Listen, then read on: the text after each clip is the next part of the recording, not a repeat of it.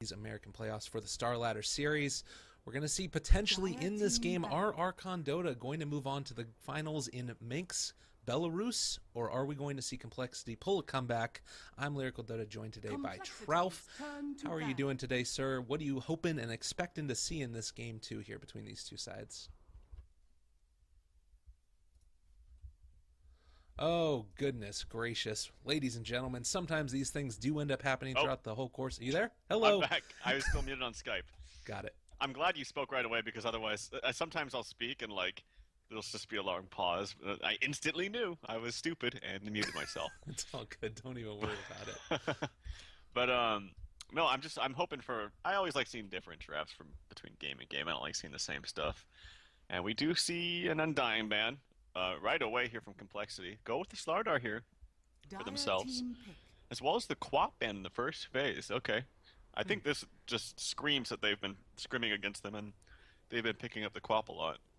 Yeah. And then, of course, the Shadow Fiend and the Doom banned out despite them picking up the Doom themselves. And Alk and Io, so they're going to pick some Wisp themselves. Oh man, this is kind of an interesting one. So I talked about this in the previous draft, but Archon throughout the whole course of this playoffs have been running Alchemist consistently. And what we've been seeing out of them is obviously the normal acid spray, or excuse me, Grievel's Greed level 1, get yourself a bounty rune, and then afterwards go on back for leaving it just at that 1 point of Grievel's Greed and maxing stun. Sometimes we do end up seeing to go for a max greed build if you're able to make it happen, but then afterwards going for the quick medallion into a solar crest and eventually picking on up a blink dagger and just roaming around the map and really causing havoc. And it's looked incredibly strong. I'm wondering now, compLexity did ban it in the first stage, so maybe they have some way to deal with this here. Well, step one is making sure he does not get the bounty rune. It's such a just sweat off your back. Just having that bounty rune for Alchemist, you just feel like you're soaring to win. Like it just feels so good. So if you're able to deny him that, I think you're off to a great start. So the way to do that is to make sure you draft very strong level 1. It's crazy to think that securing a bounty rune or denying a bounty rune from their team is going to get you to win the game. Obviously, it's not going to win you the game, but it's going to put you in a great position to bully him out of the mid lane because it's like the gold is great. Don't get me wrong, that extra 500 gold is amazing. But honestly, I feel like the experience is just as important because 2 creeps and you're level 2. You're level 2, that means in the middle of the first wave you can start spamming your acid. That's really hard for most heroes to deal with. So if you can deny him that and make it so like you deny him the rune, then you start denying the wave. That means he's not going to get level 2 to maybe the second and a half wave, which is really important if you're trying to bully him out of lane. So I think step 1 is making sure you draft heroes that can really fight at the level 1, and also more importantly, scout out where he's going. This is why Bounty Hunter is actually pretty good against Alchemists in the beginning, because if you're running around Invis and seeing where the heroes are posting up, that gives you a good indication as to which rune they're going to go to, and then you can plan your level 1 fight accordingly. Absolutely. Definitely can make a big difference. You mentioned there's something that I really liked also a little bit earlier about the experience there and being able to bully Alchemist out of the lane if he doesn't end up getting that level 2 by that first wave. And I think that that's really relevant, particularly when you think about a hero like Queen of Pain, which has already been banned out, or somebody else like Alina maybe who can just going up there and spam a lot of nukes. It's a hero that you expect generally to be able to win the lane hard, and the way that Alchemist deals with this is just throwing down the acid spray and kind of step back a little bit, wait for the creeps to get a little bit killed off, and then you move forward and punch it in the face.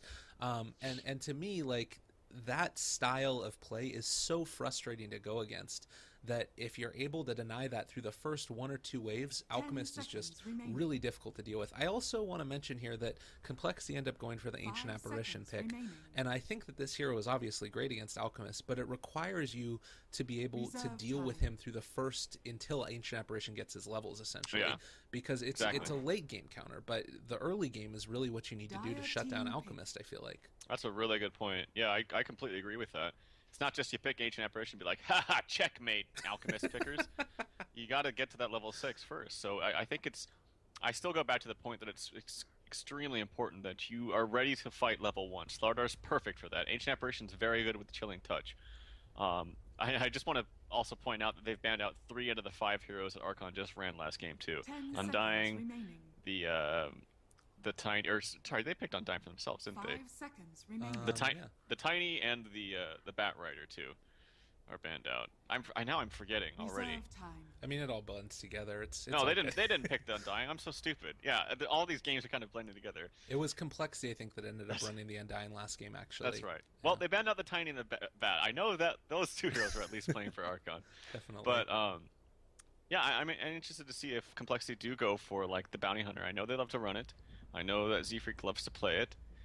It's actually pretty good against Wisp because getting those tracks up gives you, like I mentioned, the easy 350 damage or something like that of the Shuriken bouncing to and fro. So I think it'd be a good hero, but we'll see what they're thinking of. I do like the Bat ban. I think Archon ran it well. I think it really punished their Ancient Apparition lane, and since they have an Ancient Apparition again, it makes sense to ban it out. Well, one thing that I think we can definitely say about this game is with an Alchemist on your team, you tend to know fairly quickly whether the game is going to be good or if the game is going to be bad, just by the nature of how quickly this hero scales up, and likewise if you're able to shut him down, how hard you shut him down. And there isn't a ton of middle ground, I feel like, because every creep ends up mattering that much more. They do end up picking up the Bane now for Archon, and another thing to think about, we've talked about it a couple times in this draft, Complexity haven't really been drafting a ton of stuns or control of their own. And right now, with the Slardar and Anti-Apparition, and if they do end up going for that Bounty Hunter that you talk about, still left with maybe not too many ways to be able to interrupt TPs. Do you think that that style is still, worth going for? Do you think that it's still something that can end up working for them, considering Archon aren't really matching the aggression? It all depends if you have the main points covered. Can we push high ground? Can we win team fights? Can we gank? And if you have answered to basically 2 out of 3 of those, I think it's fine. Having all of them was basically what Archon had last game, which is why I really just praised Fluff for his draft. They had everything. They had gank, they had farming potential, they had high ground pushing, they had they had everything. It was just a very, very nice draft. So if you're not drafting too many stuns, as long as you fulfill those requirements or those prerequisites really, then I think you're okay. Slardar gives you just a plethora of stuns in his own right. I mean, this guy has a extremely low cooldown main stun in 8 seconds. There's tons of stuns for you right there. But they go with the Spirit Breaker as their 4, which I think is still okay. I still think it's just very important that they have vision of where this Alchemist is, and they're ready to fight. I would hate to see them just give him a free rune and just not contest and just dodge. Each mid laner gets the rune. I don't think that's the way to play against Alchemist. One of the first times we saw Alchemist kind of exploding in the NA scene was for the Frankfurt qualifiers. And I remember watching Cloud9 at the time with their old roster. I remember them playing against, I forget who it was. I think it was actually unknown. No, I think they were in different groups actually. But well, maybe they played against them after they popped out of the groups. But I forget who it was. But they were so good about finding where the Alchemist was going. The second the game started, they TP'd their Ancient Apparition in the mid lane. They warded. They were on Dire, so it's going to be, if you're Radiant, you're going to ward somewhere else. But they TP'd mid and they warded so that they would have vision of uphill, so they would know where the other heroes were standing. And it was that vision that led them to ultimately win that level 1 engagement and get both runes. And I would like to see Complexity Gaming do something like that. 10 seconds. Yeah, absolutely. I think that you can't overestimate how important it is to be able to get on out there, and also with the the lowered cost of TPs nowadays, you're able to make that investment much less costly to be able to go out there and you end up dropping down 75 TP for a TP scroll early. That means that your alchemist is potentially, or the enemy's alchemist is potentially denied 500 gold. We do end up seeing a gyrocopter here next for Archon, and with a Bane gyrocopter, this looks like a lineup that can probably, at least to some extent, fight early for the runes, but Viper is the next pick for Complexity. I like this draft better for Complexity than the last game, but that being said, the last draft for Complexity really didn't end up working out for them too well. I do like Viper against Alchemist. It's very, very strong in the mid lane against him. I'm wondering, Archon have a couple of different options here. They can go aggro tri-lane with a very, very nice Gyro, Bane, and Wisp. That's very strong. They can also just play it safe. Go Bane, Gyro top, Wisp, Alchemist mid, Wisp stacking for the Alchemist. Get him a ton of like, so much farm, even if he has a hard time against Viper.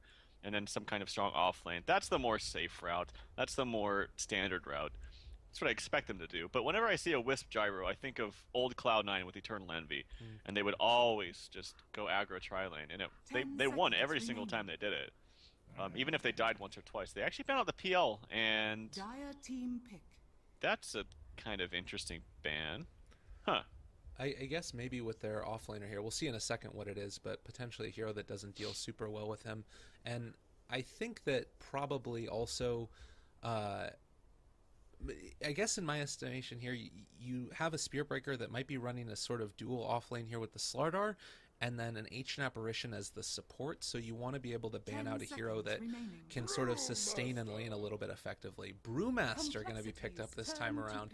So this is sort of a variation of the draft that compLexity ran against Archon in game 1 of their last best of 3s that they played 2 days ago. The main pieces that get switched out is a Gyrocopter instead of a Shadow Fiend, and they also ran the IO in that combo as well, and it worked really, really great. So Monkeys Forever Brewmaster is, I think, what this is, if I'm not mistaken. I'm very curious about this PL ban. Like, am I missing something here? Like, were they thinking they're gonna go aggro tri-lane with? Oh wait, PL? yeah.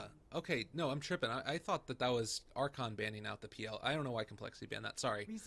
Oh no, that's fine. I wasn't even paying attention. Yeah. But it doesn't make like, were they gonna go aggro tri-lane with Gyro and then have PL solo the Slardar, or were they gonna do the other way around and have Gyro solo Slardar and then go? I don't know. That's a weird ban to me. I'm not quite sure. That's again a fifth ban or lack of a ban from the last game that could potentially bite them. We'll see how strong this Brewmaster does in the offlane, or if he goes safe lane against Slardar, there's still that option, but still probably going to go offlane. And then the Vengeful Spirit for Ziz. So a carry Venge, taking a page out of VP's book, it seems. Hey man, they're a good team also. We'll see.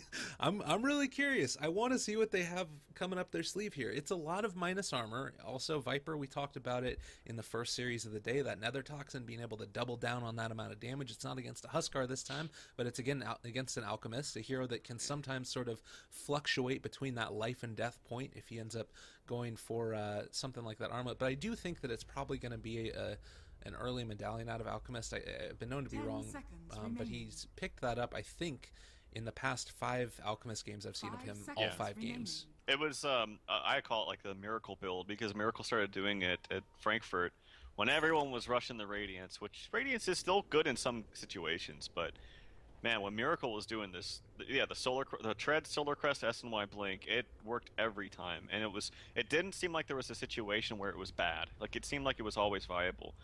But the Venge, I'm really not sold by it, because when Panda splits, Venge is just, he probably is already stunned once. He's just like a right clicker. He doesn't really do much in fights.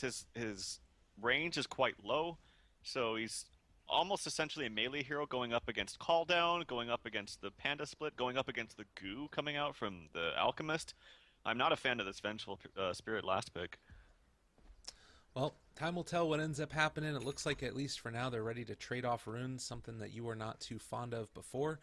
We do end up seeing an early Observer Ward drop, this time for Archon, to ensure that they're going to be able to get themselves out. But actually, we haven't seen compLexity show here. Now that Z-Freak and all of them are moving in, they're going to realize that this lane, or the top rune, is free for them. And I think Archon are comfortable trading this 10 days out of 10 days on the week. Every single day of the week, they are comfortable with this. I think it's a really big oversight to just be okay with giving an Alchemist a rune. It's almost literally a full hero starting out with 500 gold. To put in perspective, it's like you have a 6th hero with that much net worth coming into your game. It's very, very good. Okay, good. He did level up his Greeble Greed. I've seen so many times where they forget to do that. Yeah, that definitely would have been the most disastrous thing that could possibly happen for you at the early stages. But Limp now on the Viper is going to be going up against the Alchemist. Also worth noting, the Alchemist does have the Healing Salve already on him, as well as 2 shared tangos. And this is something that I was wondering if we were going to end up seeing Whitebeard move into the mid lane as this Bane to help out a little bit against the Viper for at least the first couple levels. But Z-Freak was not a hero I was expecting to be here. Does have the potential to get a bash since he did level at first. Unfortunately, not able to get that 17% against the Bane, and this is going to be a little bit longer before Alk gets level 2, because we do have the Bane here sharing experience. That's the only thing I don't like. I feel like if Bane was just sitting and going to stack, you would have that level 2 faster. And the thing is, if you're going 1v2, against this lane for Alchemist and you hit 2 before everyone else, that means your Gu is going up against 2 very underleveled heroes in the mid lane. So that's the only thing I don't like about how this setup is, but now he hits level 2. Now we can start throwing down that acid spray. Absolutely. Well, we will see how this goes. I think that probably top lane is going to be not a whole ton of kill potential here unless somebody sort of gets very, very greedy with it. Brewmaster obviously is just sort of going to be trying to get as much levels as he possibly can here. Same with Swindles. And do you think there's much kill potential here at all? I think, I don't know, both of these heroes are pretty good. Like, Brewmaster was always thought of as being one of the better heroes against melee heroes, but same thing with Slardar, so I would say it's a relatively even matchup. Yeah. I would be a little bit more comfortable playing the Slardar in this matchup just because you have a very low cooldown of your Slithering Crush, and actually now you have a charge coming out from the Spirit Breaker to maybe get something done. But the creep wave is going to be pretty far away by the time he gets there. I don't know if unless he plays really far up for some reason. See how he's standing up here for kind of not very much reason. Sprint coming out, stun comes out from Z-Freak, maybe gets some 70%. That damage from that stomp is insane! Oh my god, and he might be able to get 2 here. Z-Freak is dropping pretty low, taking a lot of damage, but might be able to pen him on in. They do end up getting a bit of a return stun. Monkeys Forever dropping really low, and first blood going Z-Freak's way. It's worth noting down in the bottom lane, that was a charge away from a Fluff and Stuff IO as well as Whitebeard, who were sort of dealing a little bit of damage to him. So I think that at that point, they were maybe trying to bait that out a little bit, but weren't able to get the return kill. Hanskin now getting chased on down by the Gyrocopter, as well as Whitebeard. This is going to be a kill on top of him. Not going to be able to get Zizzy, though, as he just backs over underneath the tower. And Viper has a lot of CS and a lot of denies, but Alchemist does have 10 CS as well, so Moo's still finding his farm. Unfortunately, no stacking is going on as they are running the aggro tri-lane. That is one of the fallbacks here. Limp, who does level up the Corrosive Skin, very, very good against the Acid. Double TP coming in. As he is charging up the stun, Wisp comes in to help him out, and I think that's going to be a dead Viper. One of the drawbacks of this hero is your movement speed is extremely low, and with him not having boots, it's very easy to punish that. That is so frustrating as a Viper. You need to be able to win that laning stage so hard because of your lack of a great farming mechanic, and I struggle to see how he's going to be able to catch up super well against an Alchemist who by his very nature is about snowballing forward. This is going to be a charge forward onto Monkeys Forever. We do have on the backside Whitebeard coming in as the Bane. I don't think they find a kill here, but the Bane is definitely at least going to give them enough pause to make sure they don't want to go. And this is the other part. Now that Alchemist has been able to get a kill on top of the Viper, they're free to be able to roam the Bane around and start winning other lanes as well. Yeah, just really good communication from Archon. You could tell that as they were going for kill bottom, they were still talking about potential kill in mid, the leveled up stun here from Moo. And then at the same time, while they were doing that, it's very easy for a Gyrocopter off. Oh, hold that thought. The Swindles is slept up here. The stomp coming out. JO wasn't in the vicinity of it, and they're going to get a very easy kill up onto the Slardar after JO rotates top. I love this movement from Archon. They're playing very, very well. They're really great. And Alchemist gets a bounty rune to top it all off because that is what he does. That's who he is. He's going to be flying something out to himself. That's going to be a Gloves of Haste. I don't think he goes for Midas. Yeah, it's his treads. Would have been very surprised if he would have gone back for a Midas. But Monkeys Forever is going to get stunned up now. Magic Missile. Also the Chilling Touch. A couple more right clicks, but not going to be able to get in range with the bonus movement speed coming from Tether. Slardar has TP down here. Maybe looking for a potential kill. He does use the sprint. It's level 2. But they're pretty quick. They need to get a stun, and yeah, I think Monkeys Forever is going to die here. The crush. One more right click is going to do it, and unfortunately not quite enough regeneration from Fluff and Stuff as he moves back to just blocking out the creep wave a little bit more.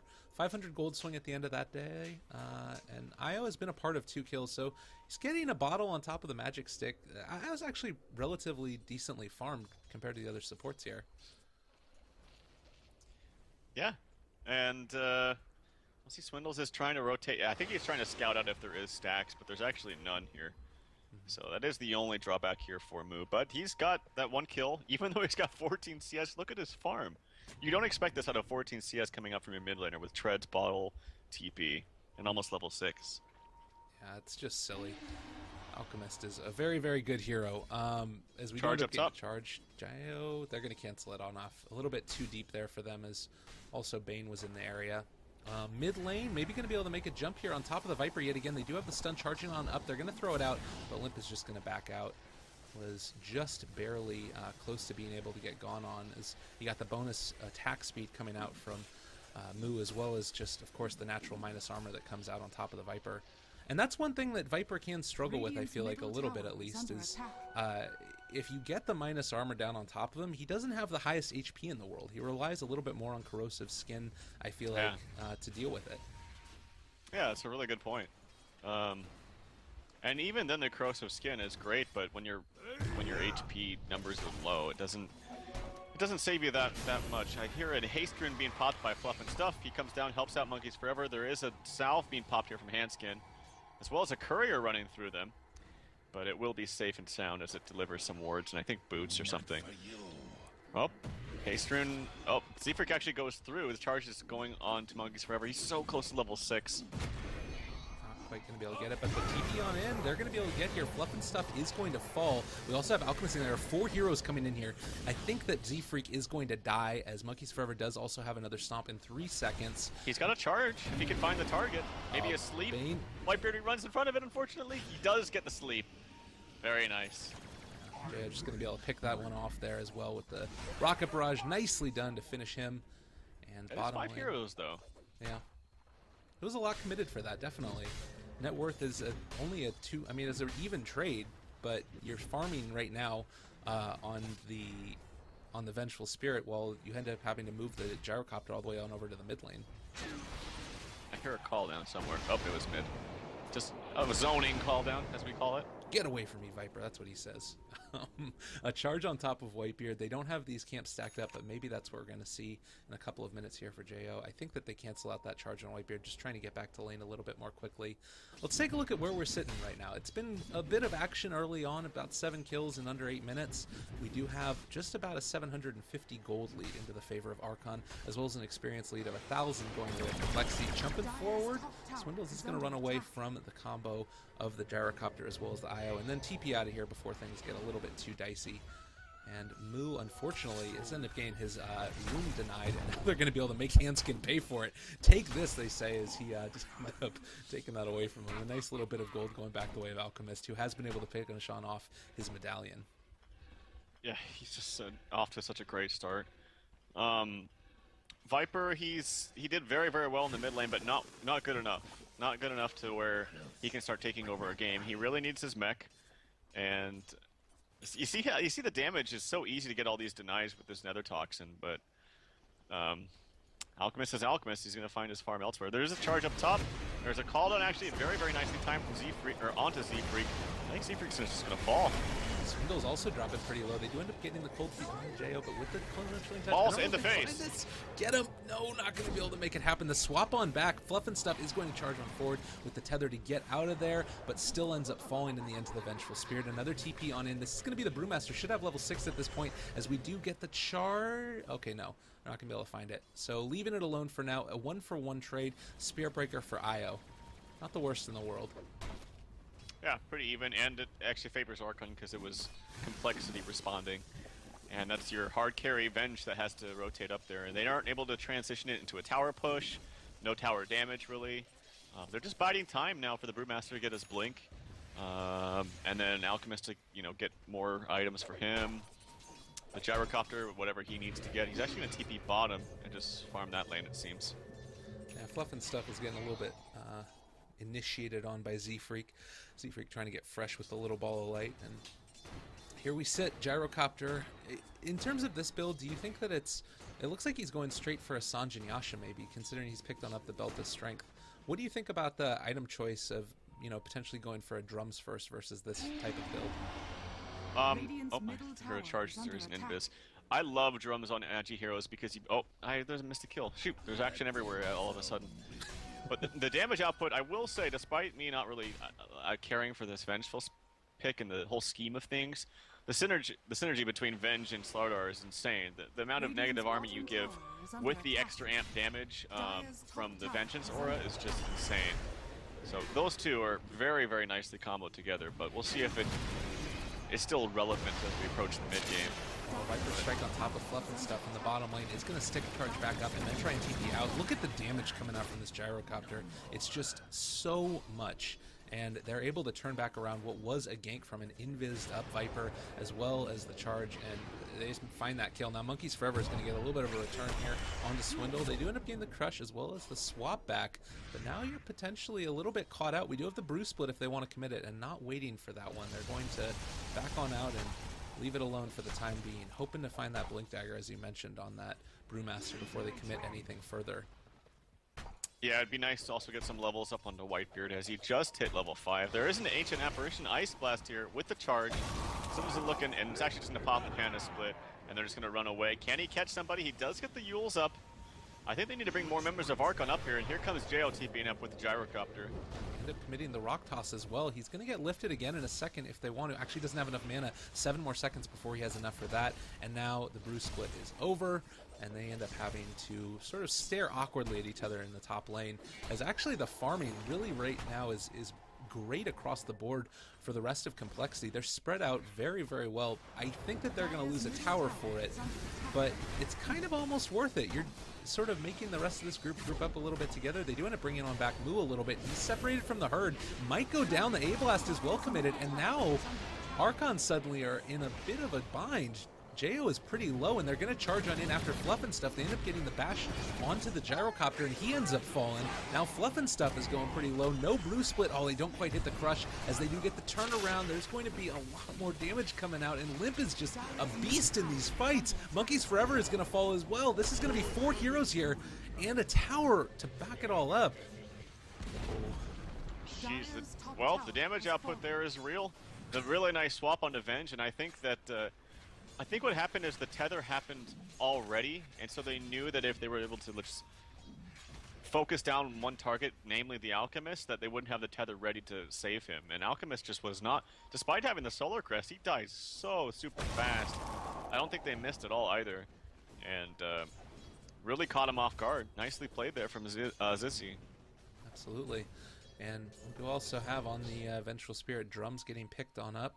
So that's a pretty good item. We were talking about its effectiveness early, and you know, for a hero like this that does have that limited range that we've sort of alluded to a couple times in the cast, it's really important to make sure that you're able to get that movement speed to catch up to your opponents, and not really a hero that you oftentimes want to build a Blink Dagger on. So I like the drums pickup here. It makes sense. I really like drums for Agi carries because it gives you basically 6 free Agi. If you look at a Bracer, it gives you 3, 6 strength, and then you also have the Robe of the Magi, but when you combine it with the whole recipe, it gives you this random 6 Agi by just completing it. So it's very good in terms of cost effectiveness for Agi carries. Like Gyro. To answer your question, yes, I do like it on Gyro. I like it on, in this instance, Venge. Not to mention, of course, the charges you use, and the extra movement speed, and the aura, and all that jazz. Oh, relocate. He just got level 6, and... Is that for Roshan? Yeah, I suppose so. This is, kind very of bold. Awkward. Yeah. I don't know what's going on. Someone help me. I'm not. I don't know. You're the analyst here, man. We're I gonna don't end up think- soon. I don't think there's any rhyme or reason to that. I think that I actually have no idea. Let's just. Who's getting caught out now? Call down as well. They're going to be able to get the Fiend Script down on top of Ziggy, though. He's not going to be able to do damage throughout the whole course of this. And you end up getting a lot of damage, though, onto the Gyrocopter. Another 2 quick kills. Buyback by the Alchemist. They're trying to reinitiate here. Monkeys Forever is a bit slow, though, and they're not going to be able to catch up to him. I don't think the stun is going to hit on the Handskin either. And just like that, the chase is all gone. Where's the dream? Swindle's thinking about reinitiating. He does have his Blink Dagger up. Oh god, if they're able to catch on out Moo here as well, Archon might be in a bit of trouble, but no, they're not going to commit any further. The missed chance there at the end, I think, is probably what dissuaded them from going any further onto Moo. That's 2 buybacks on 2 cores, man. That is a massive win for compLexity. And it goes back to what the hell was that relocate all about? And maybe their idea was we can relocate and just do Roche or something, but they clearly weren't all on the same page because they were like going into Roche, then going out, and then like, oh crap, we wasted too much time, let's just bail. That was very, very strange. And then because of that, Whisk goes back to the top lane. Alchemist is caught by himself mid yet again. And Archon are just... It seems like compLexity are taking these fights, and Archon are just not ready for them whatsoever. But yeah, compLexity are capitalizing on that. So it goes both ways. Very well played by compLexity. Absolutely. Vengeful Spirit. Viper now has his mech. So a 4-man smoke on over towards the bottom lane. With relocate, back up actually. They can get out of here if there is too much of a problem, but that would end up costing Fluff and Stuff his life. I am pretty concerned about this lineup here. We do end up having to charge forward. They end up breaking that off, not wanting to charge into the middle of a call down, which probably makes sense under the tier 1, and playing things a little bit more safe at this point in time. It's worth noting right now, net worth graph, about 4,500 gold into the favor of compLexity, as well as an experience lead of 3,500. Net worth, he's still up on top, but the Viper is closing in pretty close behind him. This is a hero that wants to be significantly further ahead and has not been able to do that. And you talked about it, not really any stacks in the jungle either for this guy to take. He's going to need some type of ability to sort of give himself another boost of gold influx. Is there anything else that you feel like right now that Archon can be doing besides just trying to farm a little bit? Do they want to take another fight? I don't think you can fight at all if you're Archon. I think you need to split, and I think they have the tools to do so. I think they, like, you have the Wisp. It's very easy to just kind of split and farm. That's one of the ways you can exploit the Viper pick, is that he can't move around very easily. They don't have a Wisp to make him extra mobile. Blink, stun, initiation not quite there. He just gets the blink and to the amp damage. Just scout him out. But yeah, I think if you're Archon, you need to split. You need to wait for this blink. Oh, he actually just got it. He just got the blink delivered for the brew. He's very close to level 11 too. Maybe he waits for that extra 2 duration on his ulti. But yeah, there's no way you're fighting compLexity's lineup. Not with a mech, not with a blink on Slardar, and Venge having some good stats. One key thing about Venge too is, if this does get later, is that he has extremely high agi gain. It was one of the things that was buffed about him recently too, is that he gains a lot of agility per level. So if you ever do transition to him into a core, or if he's a core to begin with, he can pack a punch in the late game. Absolutely. Well, as you mentioned, level 11s, those elusive couple of levels now being picked up pretty soon by Archon, the Brewmaster getting close to it. In the mid lane, likewise, Archon Gyrocopter is getting relatively close. Ancient Apparition just picked up his Hand of Midas, so he's going to continue to scale well into the later stages, and obviously the Aghanim Scepter always very potent against him. We do end up losing 2 towers off the back of it as compLexity just march on down that bottom lane. And I think that, like you said, definitely a good idea. If you realize, you know what, we can't fight, don't even risk it. Don't even try and get yourself into that type of position. They back on out. They have the Blink Dagger on Monkeys. Now, here's my big question that I have for you. Do you think that Mu wants to go for a Sange and Yasha first, or is it more worth it to try and find a second source of initiation out of that Blink Dagger on him? I would like the Sange and Yasha just because I think he needs the raw HP from some kind of source, whether it's a Vitality booster or the Sange or the Sange and Yasha. I think getting... Oh, he is? Alright, he's going to go for the blink, so he feels they really need the initiation. We'll see if they can keep him alive. It's very important that the tether is available. There's a number of times... But then again, if you can get a nice swap and break the tether, then it doesn't even matter. So they have to be wary of that. Fluff, he actually tethers himself onto a cliff. I don't think that was intended. Gonna waste a little bit of time there. Yeah, these things happen. I'm sure it's going to be okay, but yeah, probably not intended there. They do end up smoking up, so they're going to start off the initiation. That ward from compLexity was very, very close. I don't know if it scouted out any of it. Some trees were down, so it should have seen a little bit over there, but I didn't see any pings. Oh, what an awkward initiation. Monkeys gets on off the brew split. Whitebeard, though, is going to go down almost immediately. They're doing so much damage. Now the AA Blast is going to connect onto the Gyrocopter. Z-Freak goes down. We do still have the Brewlings running around this place, but Mu is the one that is not contested at this point in time. Swindle's chasing after Handskin on the IO. They're going to lift on up the Viper, keep him away, at least for the time being. Zizzy is going to commit and be able to get taken out. No! They're going to be able to kite him away, and I think that Zizzy is going to live now. Swindle's running in the other side. What a great play. The jump forward. Mu drops also. Oh, what a play right there. The swap by the Vengeful Spirit. Saving her life. Really well played by Zizzy. He is on fire this game. And it was actually a fantastic brew split from Monkeys Forever. His micro was very, very good. He Yules the Viper throughout most of the team fight, but the problem was Viper, as you mentioned, like 2-shot the Bane for a number of reasons. He had a DD and he was amped up. And I don't think he missed uphill either. Yeah. That was insane, the damage coming out from Limp, who now has a haste rune in his bottle with a Yasha. So, but very, very nice play there at the end from Venge as he gets on out of there. Also think about this too. If Venge for some reason dies at the beginning as there is action up top as Whitebeard's going to fall again, wicked sick here for Limp. But say Venge dies in the beginning of the fight, he's going to apply that debuff of the Vengeance Ore to everybody too. So it's kind of like, well, if you live, that's great, you're going to do damage. If you die, well, you're negating all the damage from Archon too. Well, and that's sort of the same type of role. I mean, not the same exactly for Viper, but if you try and focus him down, you're going to be taking damage from Corrosive Skin. And also, if you let him live, then you're going to run into a position where he's just going to keep on doing a lot of damage throughout the whole course of the team fight. And you kind of need two different tornadoes now at this point out of the Brewmaster to be able to lift two heroes up, because both of them, if you let them live, you're going to be in trouble, but if you try and focus them down, you're also going to be hurting yourself, obviously in different ways with the minus damage versus the actual just minus life that you end up getting with the Viper. But regardless, it's pretty clear that at this point Archon are going to need a lot of things to go their way. In terms of the net worth across the two teams, 7,500 in the whole, not often what you end up seeing with an Alchemist lineup. Experience, 7,500 also. And Hands of Midas's across the board pretty much at this point for compLexity, as we do end up seeing a Mist Crush, nice blink away into the Fiend's Grip, but there's going to be the swap to break it on up. I think that Bane is still going to end up going down here. A Blast on top of Moo. This is not what you want to have happen at the very start of this fight. They are going to be able to pop the Brew Split off the back of that. Handskin gets lifted up in the air. They do end up dispelling that in the end. Jump forward. There's going to be the counter initiation with the charge on through it. Swindle now jumping after him. I think that they find this kill here. They're waiting to potentially catch him as they do end up coming out of that. Monkeys Forever is now out of his Brew Split. Handskin, they might have dove a little bit too deep here. Moo is back in full effect, but he's dropping so low, he ends up going down. Swindles is now going to be able to get away from their godlike streak on Lip. This Viper is just so much damage. Oh my god, he is godlike. He went from 0-2-0 to 10-2-5 now. His effectiveness in these team fights is just insane. The amp damage coupled with the fact that he gets the extra physical damage from Nether Toxin is just eating these people alive. It's insane how much damage he's doing. And the Archon are not taking the fight on their terms, but a compLexity is, and they're doing it with great force.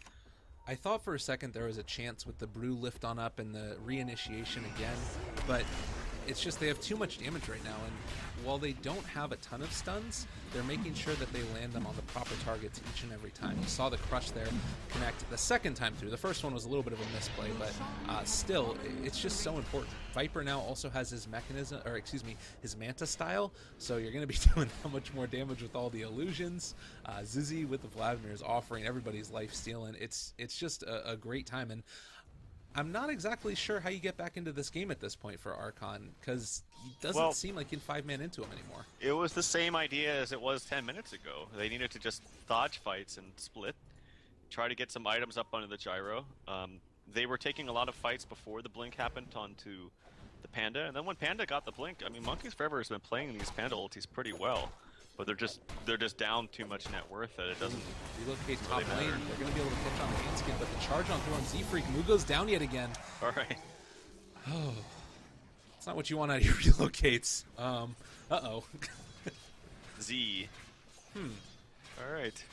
We'll just let that one slide, Handskin. Not sure what that is all about, but they end up being able to reinitiate there. A little bit of friendly, casual all chat is always good in Dota 2. Let you know that you're watching I'm willing NA to Dota. bet that was just a mistype, because Euros are so friendly and mannered. They never bad. they're not North American people. They don't bad mannered in all chat. Fair enough. All right, well, and I know Handskin. This guy is like, he's got a heart of gold. Okay. He would never try to be mean. He also has a hand of gold, by the way. Hey, as we just move on through that one. Sorry, everybody. Shayo now with the Sange, as well as going back for the Helm of Iron Will. So Helm of the Dominator afterwards, seeing like he needs to scale well into the late game, but he's going to get charged over. Swindles ends up connecting on top of him. There's going to be the A Blast on the backside. Can they actually connect on him? It doesn't. Moo is forward now as well, so they have caught out Z-Freak here. He might be in a little bit of trouble. The Force Staff from Swindle to try and keep him alive a little bit longer. The rest of the team is coming on the other side.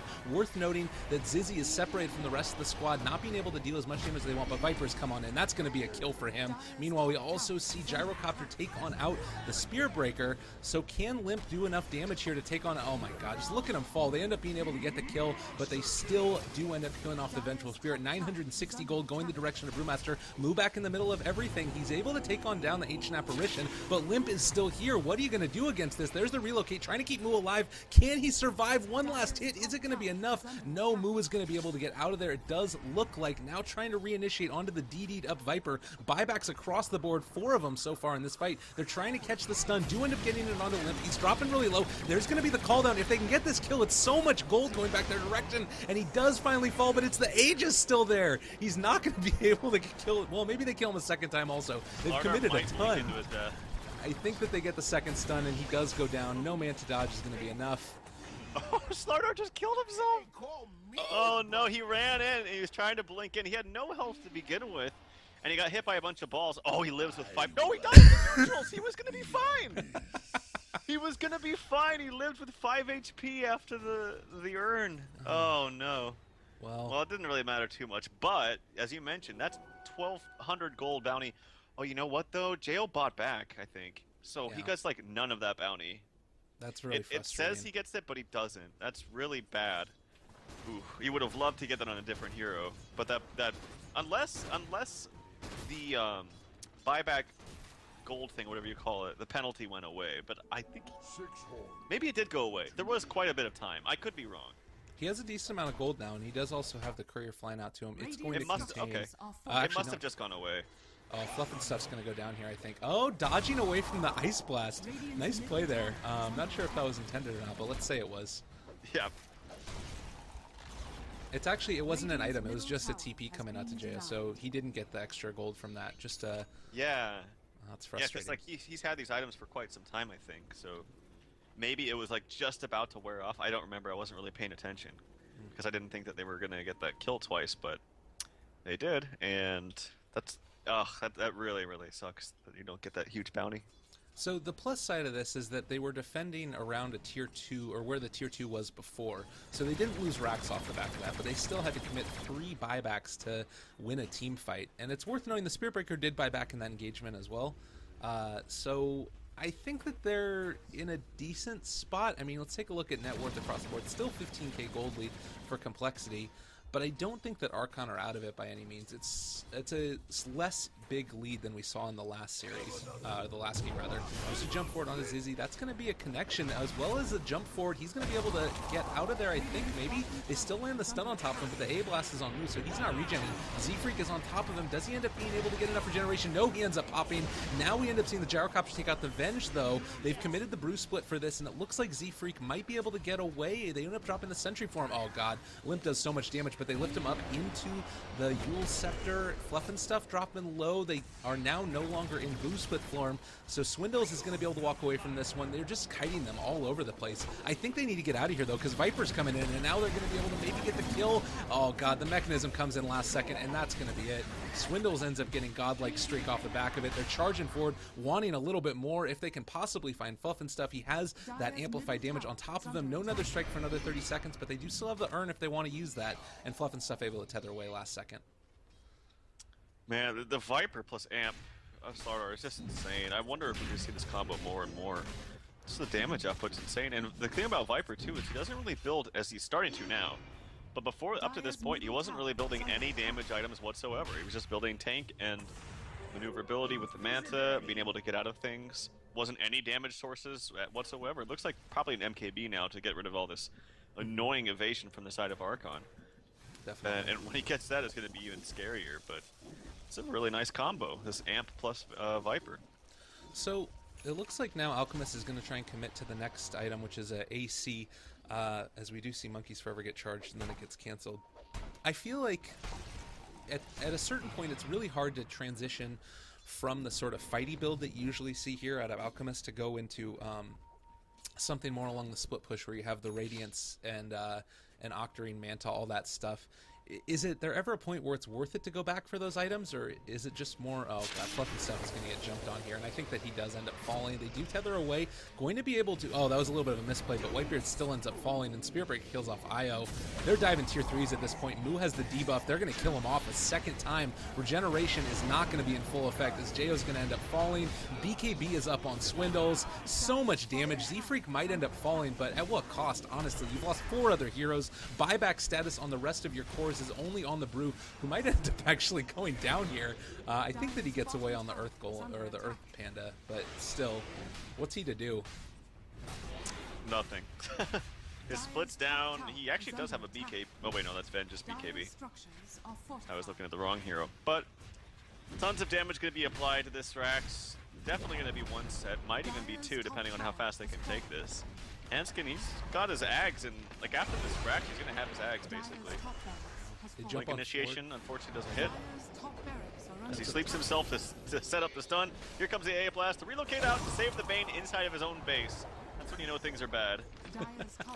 Yeah, it's not the best. But it worked, hey. Yeah, totally. It worked.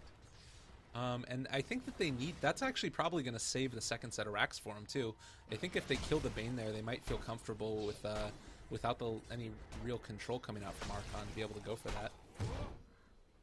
The Gyro's net worth is just abysmal. It's very... This is the second game in a row where Gyro just hasn't been able to find anything.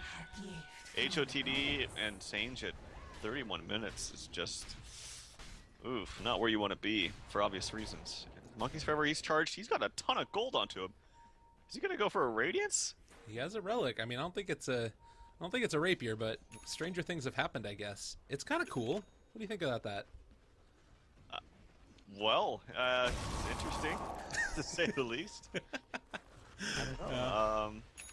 I think that possibly Refresher would have been better, but he doesn't have the mana pool to cast it twice, I don't think. Yeah. So he's just gonna go for Radiance, I guess. Could be a weird Abyssal Blaze starting out, but I doubt that. Does he go for some kind of Rapier play? And like, yeah, I don't know. This is very weird. But they gotta take some risks, right? Yeah. They're down quite a bit. I like the IO picking up the Ghost Scepter. To me, that makes sense. You've just got all this damage that's coming out in the right click from the Viper. Of course, the big problem that you end up running into there is Viper Strike is going to really, really tear through you if you're not careful.